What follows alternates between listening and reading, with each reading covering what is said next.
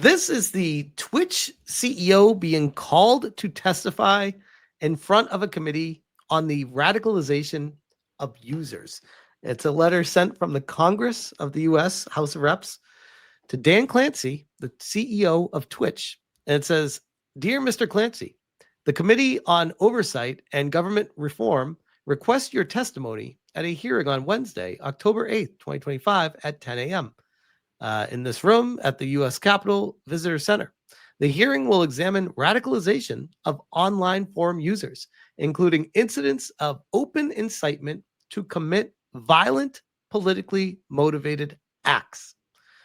To confirm your appearance at the hearing, please contact the Committee on Oversight and Government Reform staff and the phone number. Please provide your written testimony at least 2 business days prior to your hearing. You will have the opportunity to provide a 5-minute opening statement prior to answering questions posed by members. The Committee on Oversight and Government Reform is the principal oversight committee of the U.S. House of Representatives and has broad authority to investigate any matter at any time under House Rule X. Thank you in advance for your cooperation. James Comer, Chairman, Committee of Oversight." What are your thoughts when you first hear that? I mean, I don't know if boomers are going to even understand what's going on, to be honest. So you just defined every single investigation from the U.S. House of Representatives ever when it comes to technology. All right. So it's a little, I mean, listen, like, I can't stand Hasan, and he's gross, and like, I want him gone too. But I'm also like, I don't trust the government. I don't care who is in power. I don't trust the government when it comes to like taking more power away. I am a big free speech. So it's a fine line. It does make me a little nervous. I'm all for like social pressure and let's shame people for being idiots. And if, companies want to fire people, then that's great. But when the government starts to get involved, I do get nervous. I'm not saying it's not the right move, but I'm nervous. Right. Because yeah. What do you think? No, I think that this is something that has been brewing for the better part of probably over a decade now. I find it interesting that they're not summoning anyone at YouTube, and they're specifically going after Steam, Discord, and Twitch executives to testify before Congress over radicalization of users. But notably, they're leaving out YouTube out of this. And it almost makes me wonder, is like, do they look at YouTube as a platform that is doing things right? Or do they look at YouTube as, they got buddies at YouTube, they don't want to drag them through the mud? That is very weird to leave out YouTube. Right? That is weird. Yeah. So this comes to us from Polygon.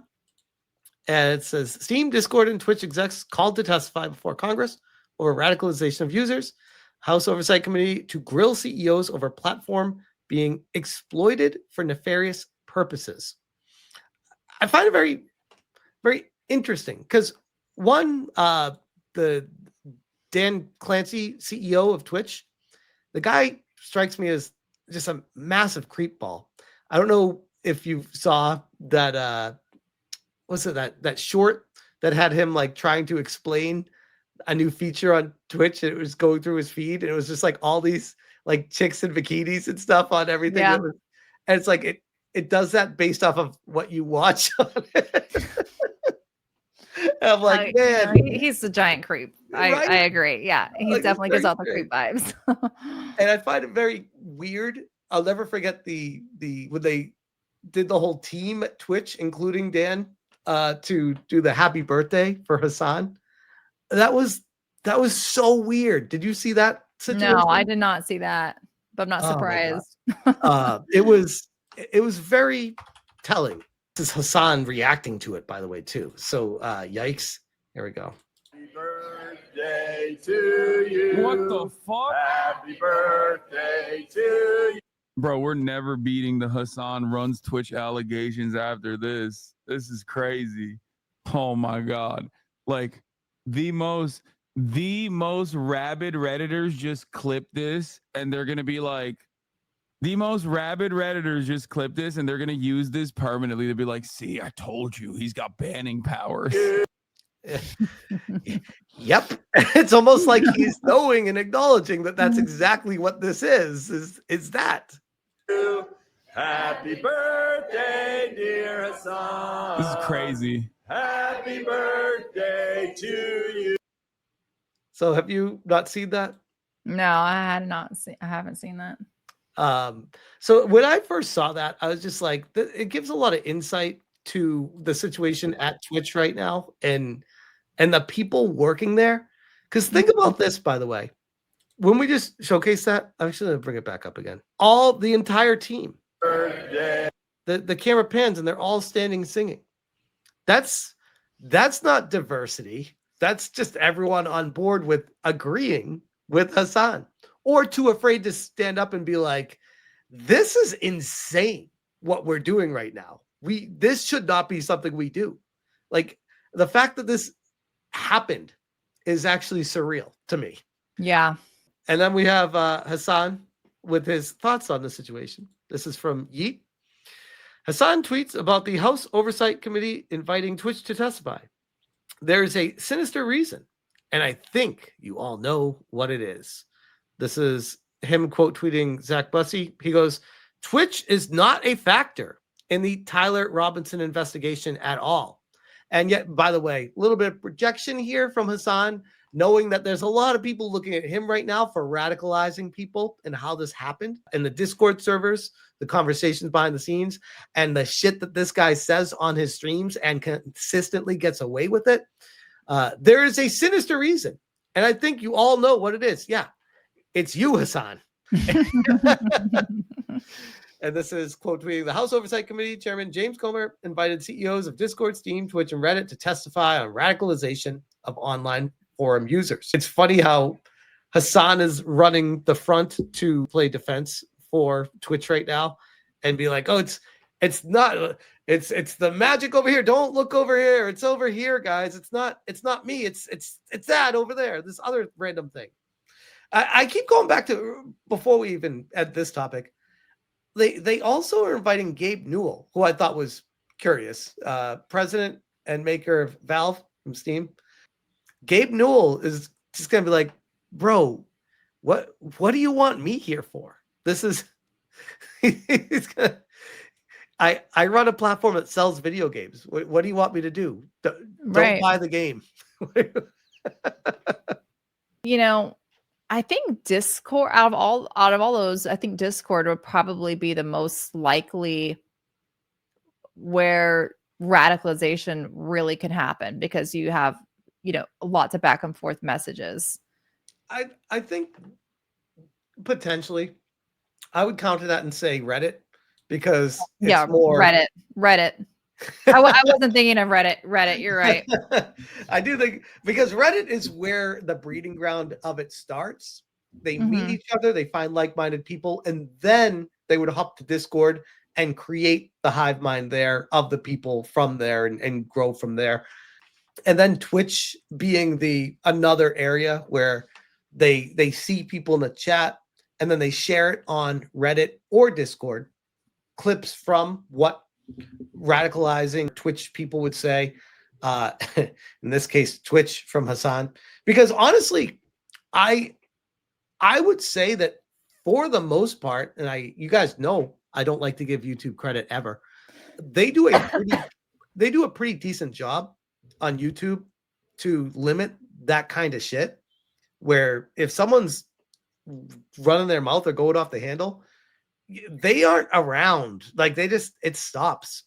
And they're pretty good about enforcing that. Yes, they get it wrong a lot more than they get it right. And a lot of people I know personally have lost their platform for speaking too freely. Ryan Roger Athe comes to mind. But they don't have the same environment that Twitch cultivates with people like Hasan that say the craziest, most unhinged shit, and seems to be prominently featured, tons of viewers, tons of people replying in the comments and stuff like that. And it's like, it's not like a jealousy thing at all. It's a genuine concern thing. I'm Mhm. happy for creators that grow their platform, get big. I am so excited for Asmongold. I think he does a great job for the most part. Sure, there's things here and there that he said that I've disagreed with, but when you start comparing it to someone who I feel like is potentially indoctrinating a younger generation of people, it's extremely concerning to me with the whole Hasan stuff. I, And I what's think Rich has a lot to answer for with that. I completely agree. And what's very frustrating for me is I ventured over to Facebook. I hardly ever go on Facebook. And I think my question was, how much do I have to disagree with a leftist before they'll see me as expendable? Which was which actually I had seen that thought articulated on Twitter, and I was like, that's a great question. So I put it up on Facebook. And and then all of my friends who are like barely left of center chime in and like, oh, leftists aren't blah, blah, blah, blah. I'm like, they have no No clue. clue what's No clue. going on with kids and their teens and the 20s and early 30s. Like these are all people like 40 plus, they have no clue. And like, and I posted that video of Hasan that who put it out? Tectone? Yep. Is that what I put out? Yep. And also one of Destiny, Mhm. the streamer. I don't know what it is about Destiny, but he's just so like ugh.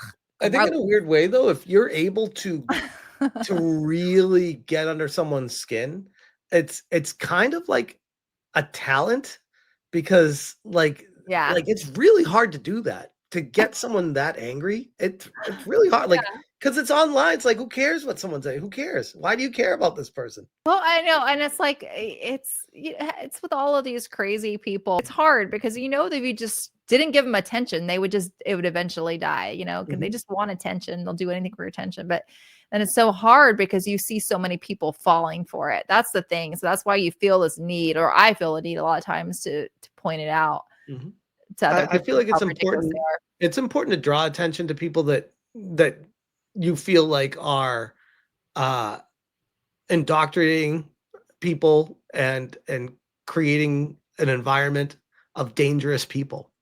In my humble opinion, I think that's where I draw my line, where I'm like, I am all about people are welcome to have their opinion. They can say whatever the hell they want to say. They can make whatever games they want to make. They can do whatever the hell they want to do. And you shut your bedroom door at night. I don't care what the fuck you do behind that door. Like it's your life. You live it. But if you start using a platform to cultivate an audience of people of just violence, I can't be good with that. You know what I mean? I got to draw a line on that one. And that's where people try to get you with the gotcha of, oh, I thought you were for free speech. Oh, and then they try to play these word games with you. It's like, well, I mean, that's like saying like, oh, so you're cool with PDF files, just putting PDF kitty stuff out there. And they're like, no. It's like, well, you need to draw lines on stuff. You can't just be like, everything's free and everything's open, because then there's actually massive issues with society.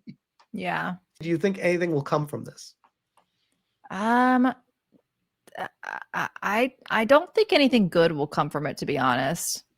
When the government gets involved, very rarely does anything good come from it. Yeah. Especially when it comes to technology. Yeah. I'd agree with that. All right, cool. We'll leave that one there.